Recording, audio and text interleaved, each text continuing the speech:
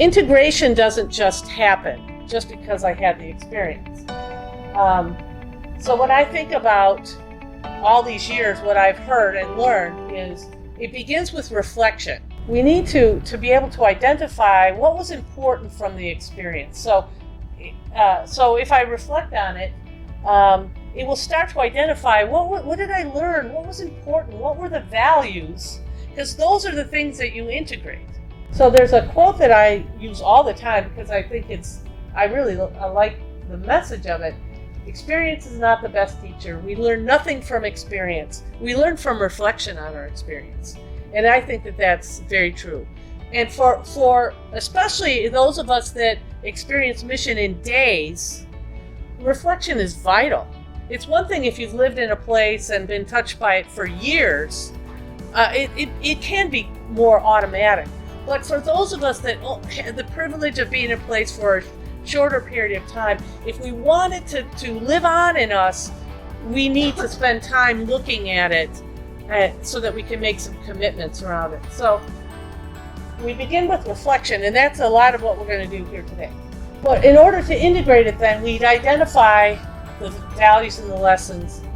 But to make it a reality, we have to then live it. So we start to make choices to make that part of our lives. And then we have to act with intention. And eventually it leads to the next thing that we're part of. It's always a process of we don't get to integration. We work towards integration. And so continually to reflect on it. I lived in Zimbabwe in the 1980s.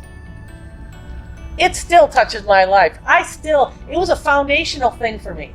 I learned so much in that experience, like a touchstone, that it can call you back to what do you believe, what do you know, and so that's why I continue to reflect on it. I would do that even if I didn't do this work.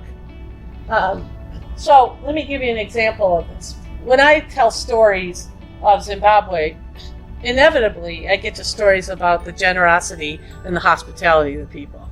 I was a teacher there, and the students would invite me to their homes, and I was there one of the years we had severe drought, and so they would show you around, and their gardens are in bad shape because of the drought, and then you'd sit down and they'd have this meal, and they will have everything was for you, and then at the end they gave you a chicken to take home, and they didn't have much. And first of all, I'm from the suburbs of Chicago. I was afraid of the chickens, but it was like it tore your heart out because you're like, they need this.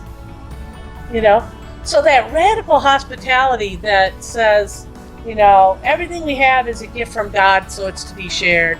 And if we have anything, we have enough to share. Well, that changed me. So I came back and I'm like, I want to be like that. Well, I'm not giving out chickens. I don't, but what does that look like in my life? So I say, I want to be about hospitality. And then to say, how and when and where can I do that? And to be conscious of when I am doing that, what does it mean for me? I'm the person at the airport that I travel a lot. And you're at the airport and you have those people that are like looking at the signs and they're like, I don't know where to go and I'm really scared right now. I am all over those people. Because I know what that's like, and it's like that's part of my hospitality. That I can go with them and walk them to the baggage thing or take them somewhere. It's like, and I know every time I do that, that connects me to the people who taught me that. I'm hopefully setting a pattern of ways you can reflect on these experiences when you come back.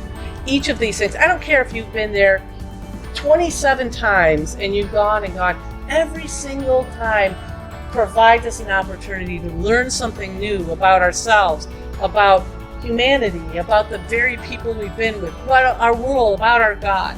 And so even those of you that do this all the time, the opportunity to do that reflection, because every single time it can teach us something about how to continue to live the mission, both there and anywhere that we are.